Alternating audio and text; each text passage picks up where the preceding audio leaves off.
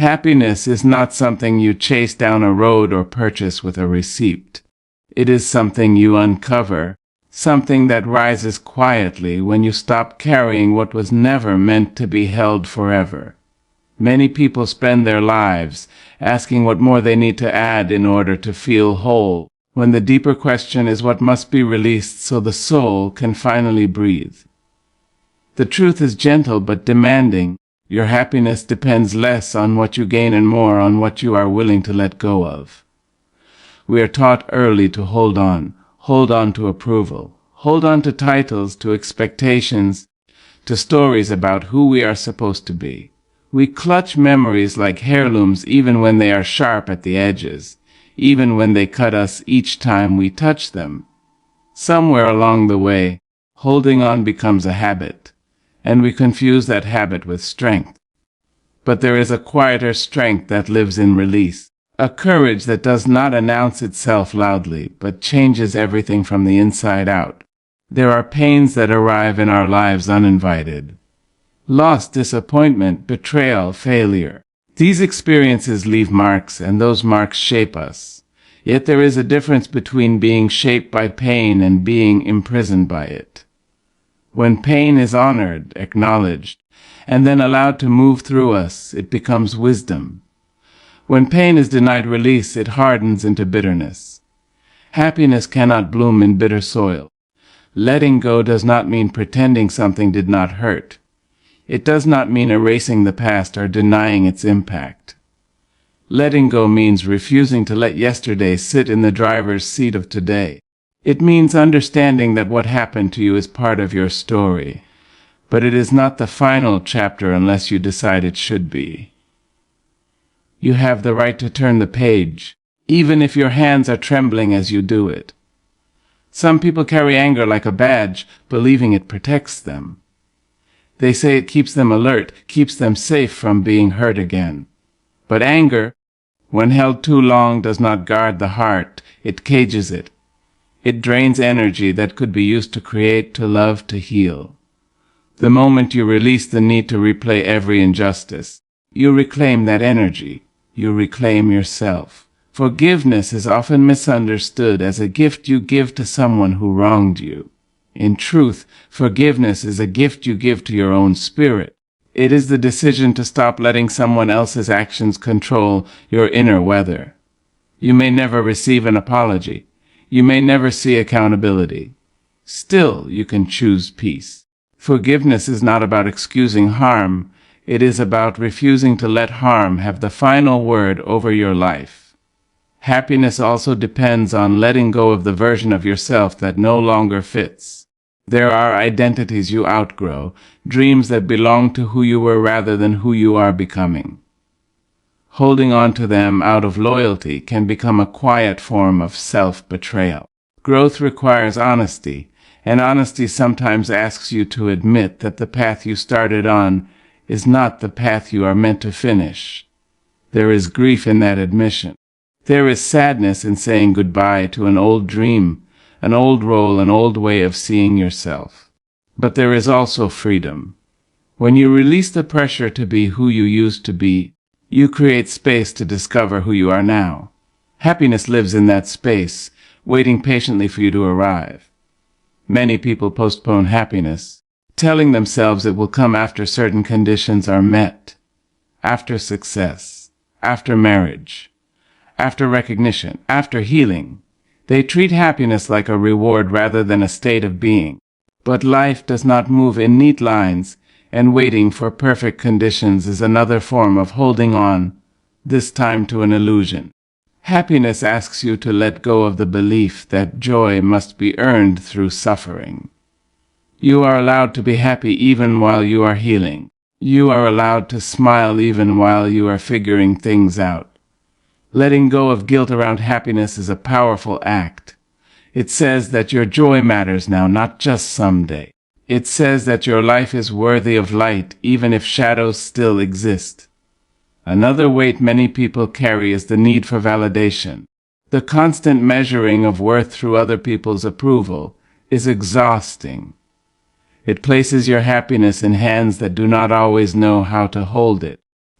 When you let go of the need to be constantly affirmed, you begin to listen to your own voice more clearly. You begin to trust your inner knowing, that quiet truth that has been speaking all along. This does not mean you stop caring about others. It means you stop abandoning yourself to keep the peace. There is a deep difference between kindness and self-erasure. Happiness grows when you choose authenticity over applause, when you allow yourself to be real rather than endlessly acceptable. Letting go also asks you to release comparison. Comparison is a thief that steals joy while pretending to offer motivation. It tells you that you are behind, that you are lacking, that your journey should look like someone else's highlight reel. But every life unfolds in its own rhythm. When you release the need to measure yourself against others, you step back into your own timing. You begin to see your progress with compassion rather than criticism. There is relief in that shift. Relief brings breath. Breath brings clarity. And clarity opens the door to happiness that is not dependent on being better than, faster than, or further along than anyone else. It is simply yours. Some of the hardest things to let go of are the stories we tell ourselves about our limitations. Stories that say we are too old, too late, too broken, too much or not enough. These stories often sound like facts because they have been repeated so often. But they are not facts, they are habits of thought. When you question them, when you loosen their grip, you make room for possibility. Happiness thrives on possibility. It needs space to imagine, to hope, to try again. When you let go of the belief that your past defines your future, you allow new outcomes to emerge. You allow yourself to be surprised by your own resilience. Letting go is not a single moment, it is a practice. There will be days when the weight feels lighter and days when it creeps back in.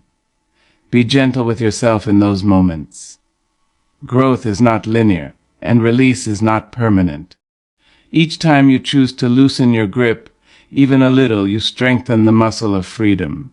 There is also the letting go of control. The world teaches us that control equals safety, that if we plan enough, manage enough, worry enough, we can avoid pain. But control is an illusion, and clinging to it often creates the very anxiety we are trying to escape. When you let go of the need to control every outcome, you invite trust into your life. Trust in yourself. Trust in timing. Trust in the unfolding. This trust does not make you passive.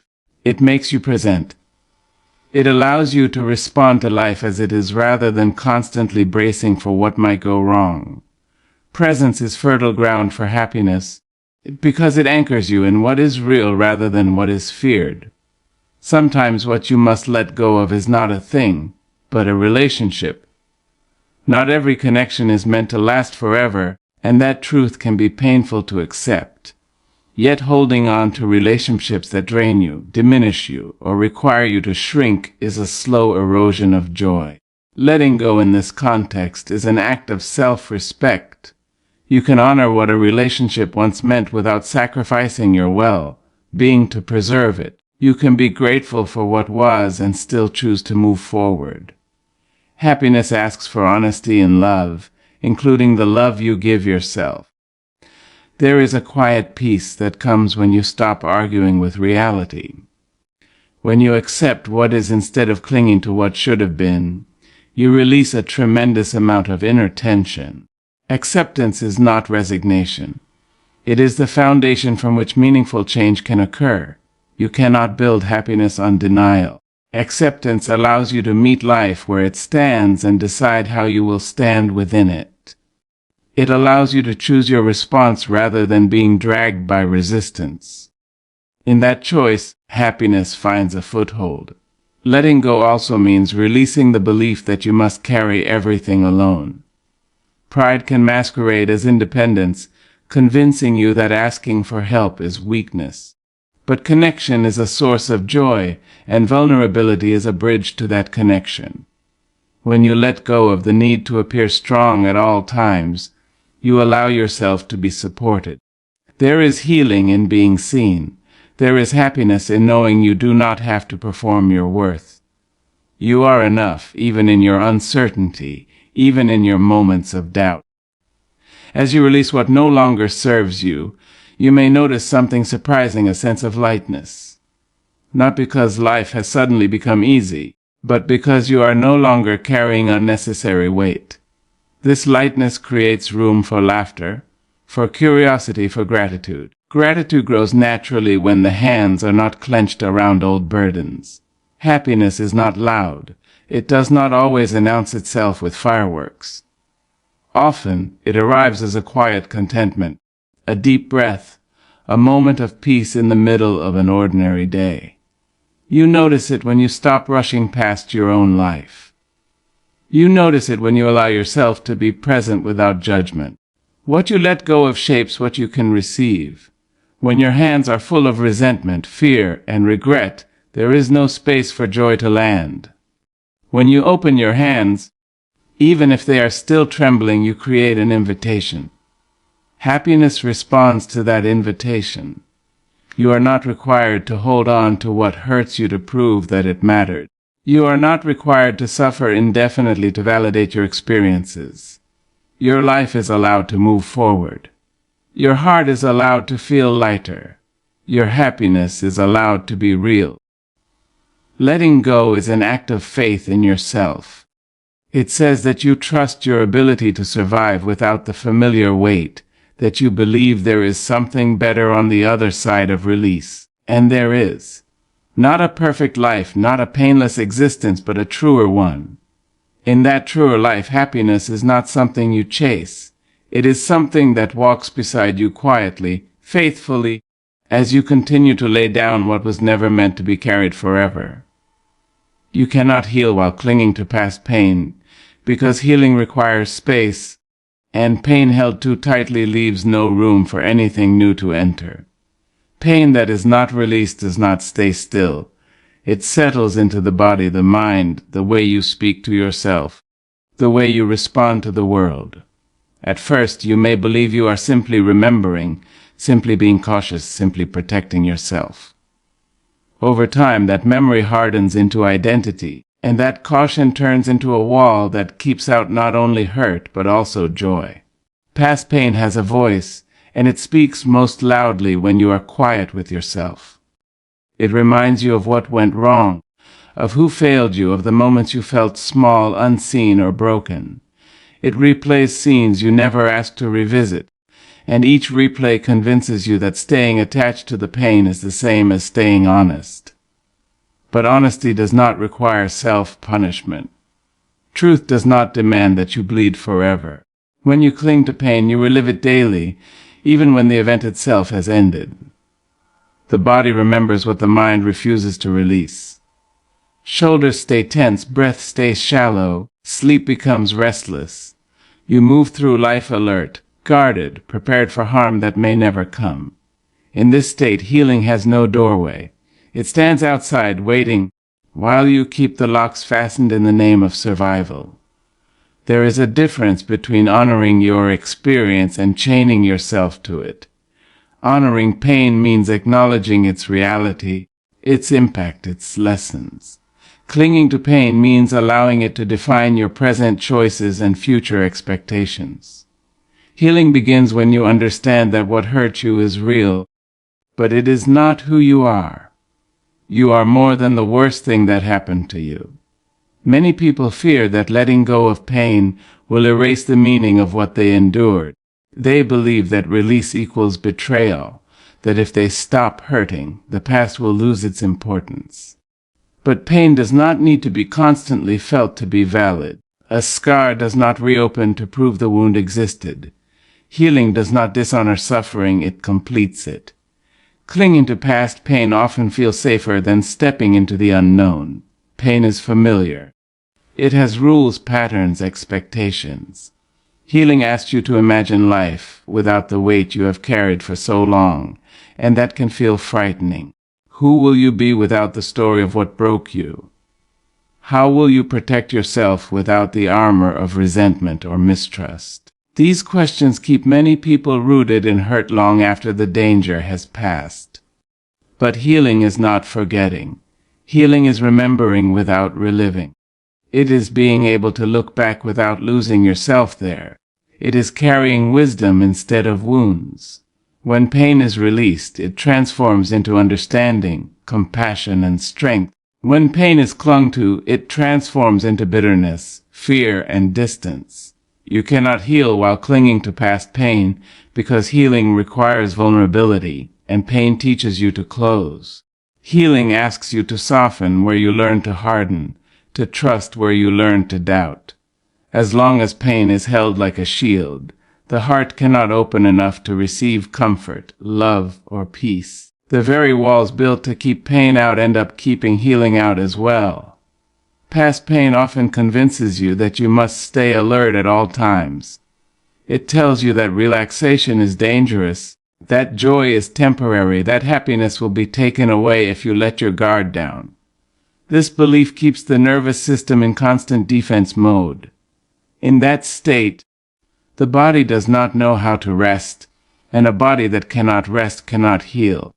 Healing begins when you allow yourself moments of safety, moments where you are not bracing for impact. It begins when you breathe deeply without apology, when you laugh without immediately waiting for something to go wrong. These moments feel unfamiliar at first, even uncomfortable. Pain will try to pull you back, reminding you why you should not feel at ease. But ease is not ignorance, it is permission. Clinging to pain also affects how you see others. It can cause you to project old wounds onto new faces, to expect harm where none exists. It can distort kindness, making it feel suspicious, and distort love, making it feel risky. Healing requires you to see the present as it is, not as a repetition of the past. As long as pain controls perception, the present never gets a fair chance. There is strength in deciding that pain will not be your lifelong companion. That decision does not happen once, it happens repeatedly.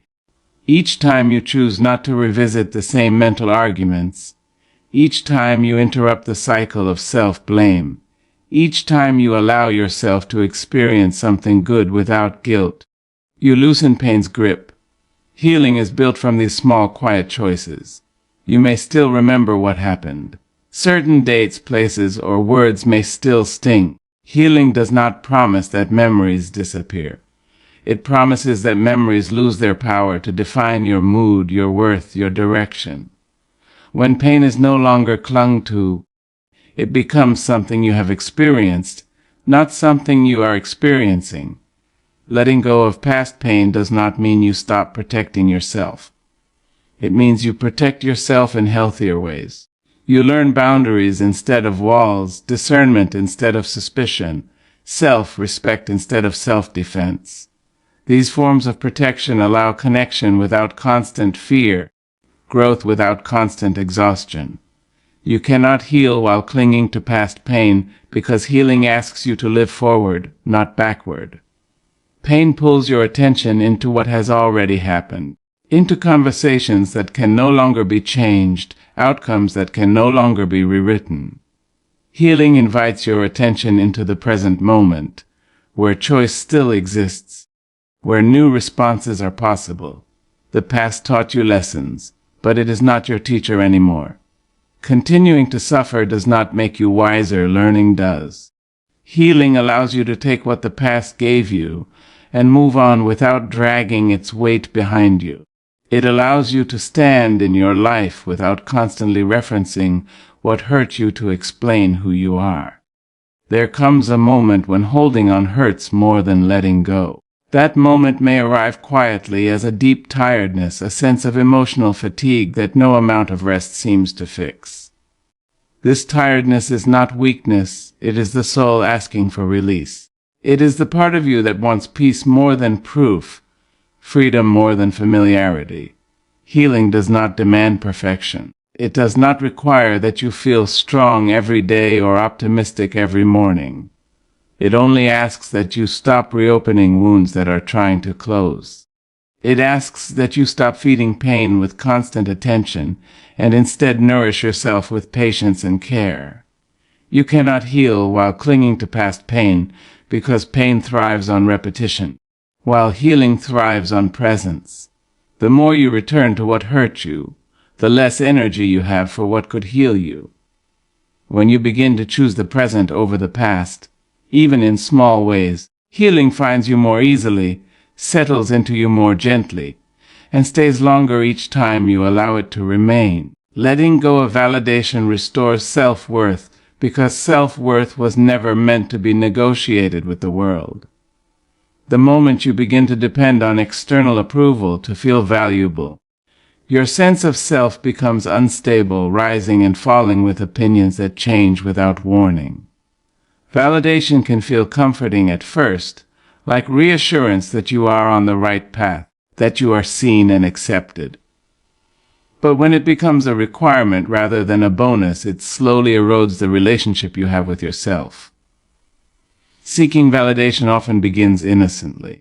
You learn early that praise feels good and rejection feels painful. Over time, this turns into a habit of measuring your worth through reactions, applause, attention, and agreement. You start adjusting your words, your choices, even your dreams to fit what will be approved rather than what feels true. Each adjustment may seem small, but together they create distance between who you are and who you present to the world. That distance is costly. When you rely on validation, you give others quiet authority over your inner life. A compliment can lift you unnaturally high, and criticism can drop you just as low. Your emotional balance becomes dependent on forces outside your control. In that state, self-worth cannot take root, because it requires stability, and stability cannot exist where value is constantly being outsourced.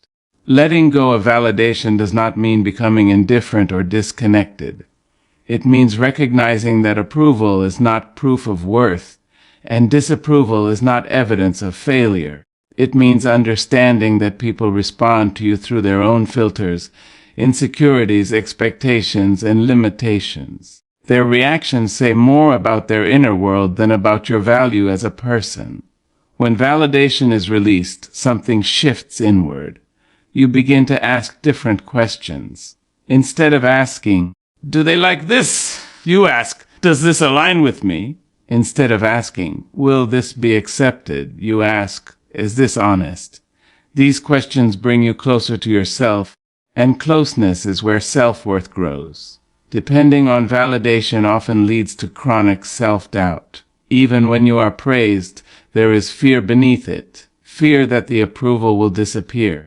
Fear that you will disappoint. Fear that you will be exposed as not enough. This fear keeps you performing rather than living. Letting go of validation quiets that fear because your value is no longer on trial. Self-worth strengthens when you learn to stand by yourself, especially in moments when no one is clapping. It grows when you keep promises to yourself, when you honor your boundaries, when you respect your needs without waiting for permission. These acts may go unnoticed by others, but they are deeply noticed by the self, and the self remembers how it is treated. Many people confuse validation with love. They believe being approved of means being loved, but love does not require constant agreement or admiration. Love allows room for imperfection, growth, and difference. When you let go of validation, you make space for genuine connection rather than conditional acceptance. You allow people to see you as you are, not as you perform to be seen. Letting go of validation also releases comparison. When your worth depends on approval, you are always watching others, measuring how much attention they receive, how well they are received. This creates quiet competition and constant inadequacy. Releasing validation brings your focus back to your own path, where progress is personal and value is not ranked. Self-worth is built through self-trust. Each time you listen to your inner voice instead of overriding it for approval, trust grows. Each time you say no when you mean no, even if it disappoints someone, you reinforce the belief that your needs matter.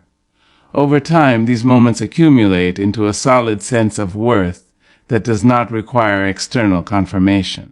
Validation seeking can also keep you stuck. You may avoid change, growth, or honesty because you fear losing approval. You may stay silent when you should speak, stay small when you should expand, stay comfortable when you should evolve. Letting go of validation gives you permission to grow freely, without needing reassurance at every step. There is discomfort in this process. When you stop seeking validation, there may be moments of loneliness, moments where you feel unseen or misunderstood. These moments test your commitment to yourself, but they also strengthen you. They teach you that you can survive without constant affirmation, that your sense of worth does not collapse in silence. As validation loosens its hold, you begin to feel a deeper calm. Decisions become clearer because they are guided by values rather than reactions. Mistakes feel less devastating because they no longer threaten your identity. You are able to learn instead of defend, reflect instead of retreat. Letting go of validation restores self-worth because it returns authority to where it belongs. You become the one who defines your value not through ego or denial, but through self-respect. You acknowledge your flaws without using them as proof of inadequacy. You acknowledge your strengths without needing them to be admired to be real. Self-worth does not shout. It does not demand attention. It is quiet, steady, and deeply rooted. It allows you to be open without being fragile, confident without being rigid. It allows you to receive praise without needing it, and receive criticism without being destroyed by it. When validation is no longer the goal, authenticity becomes possible. You speak more honestly because you are no longer editing yourself for acceptance. You act more freely because you are no longer performing for approval.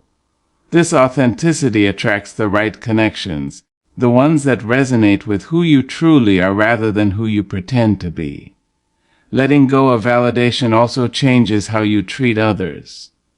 When you no longer need approval to feel worthy, you stop seeking power through praise or control through judgment.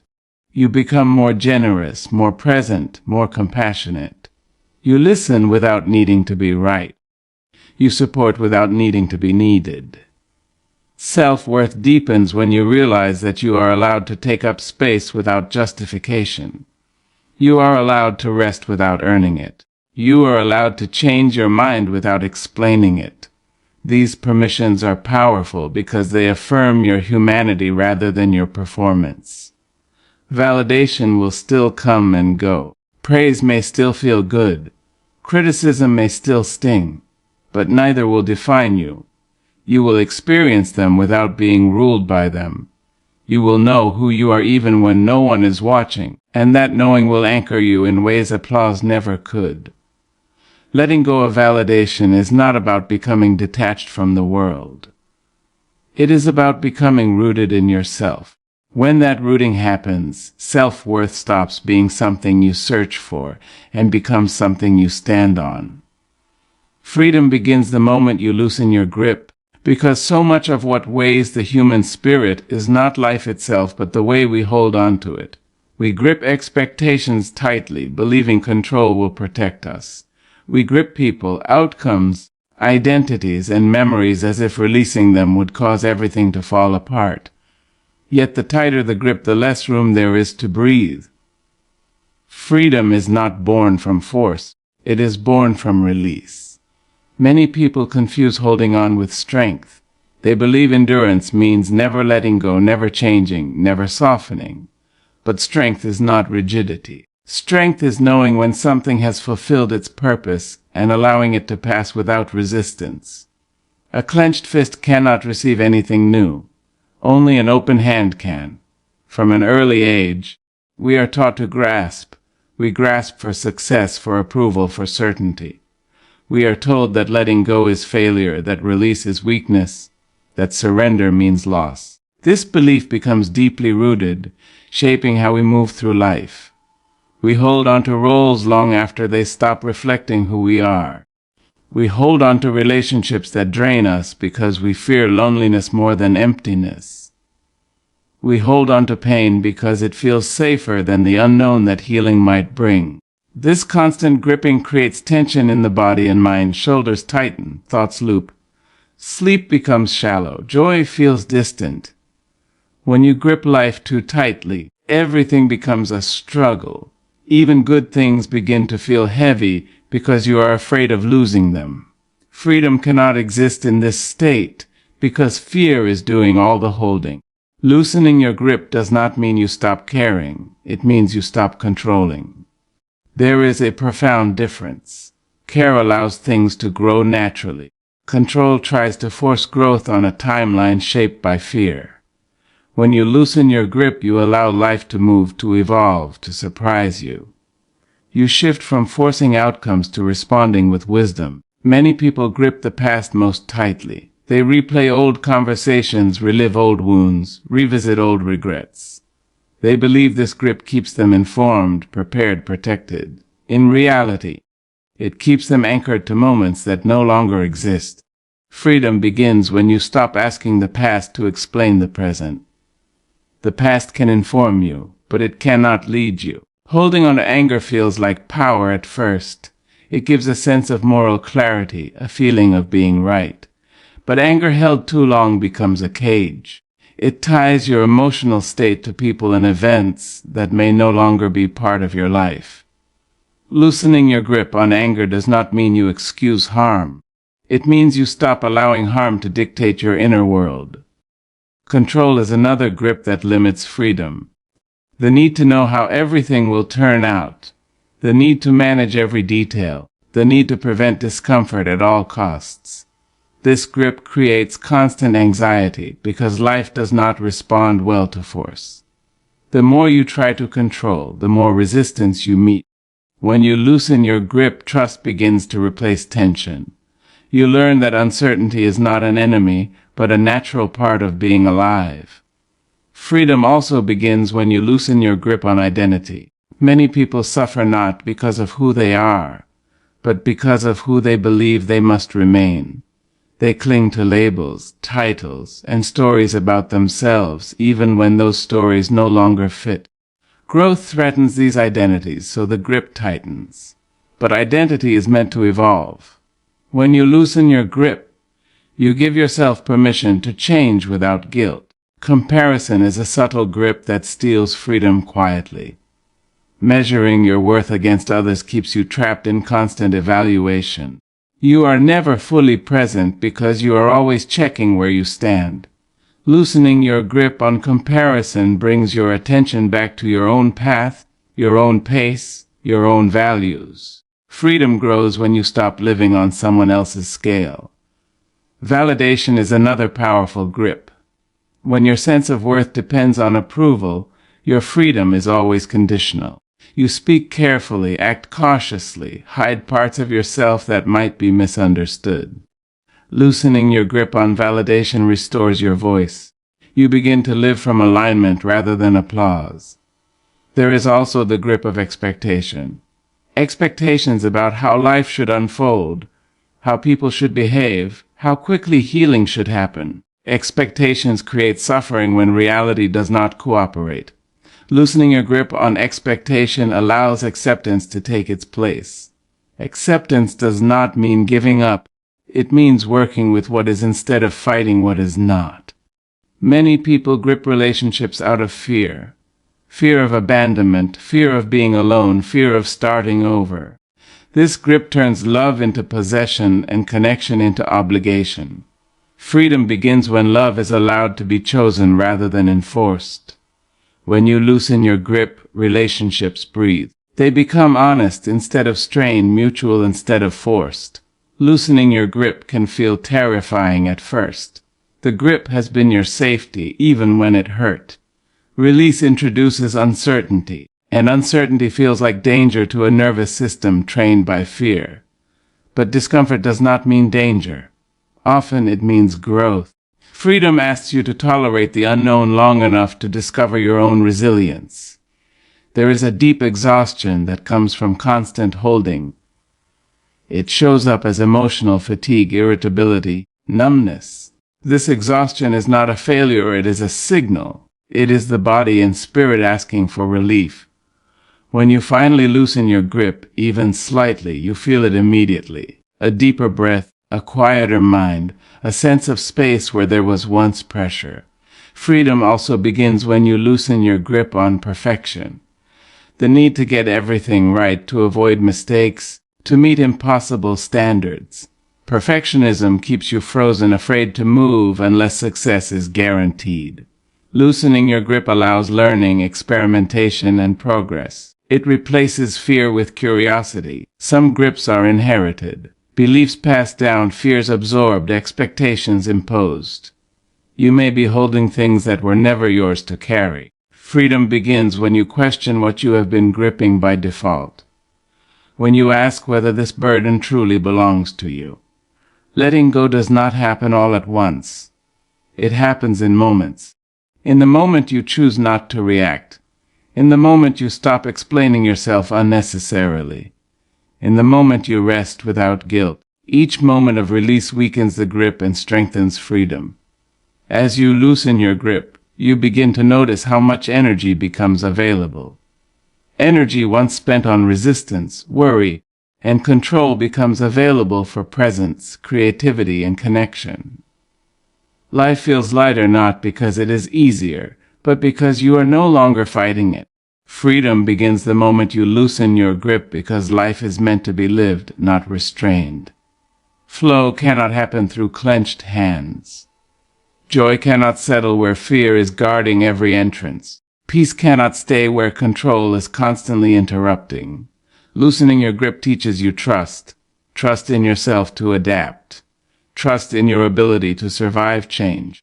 Trust that you do not need to hold everything together for everything to be okay. This trust becomes the foundation of freedom, steady and quiet. You begin to respond instead of react. You begin to choose instead of cling. You begin to move with life instead of against it. The grip weakens, and in its place there is openness. In that openness, freedom finds you, not as an escape from responsibility, but as a way of being that honors effort without attachment, love without possession, and strength without tension.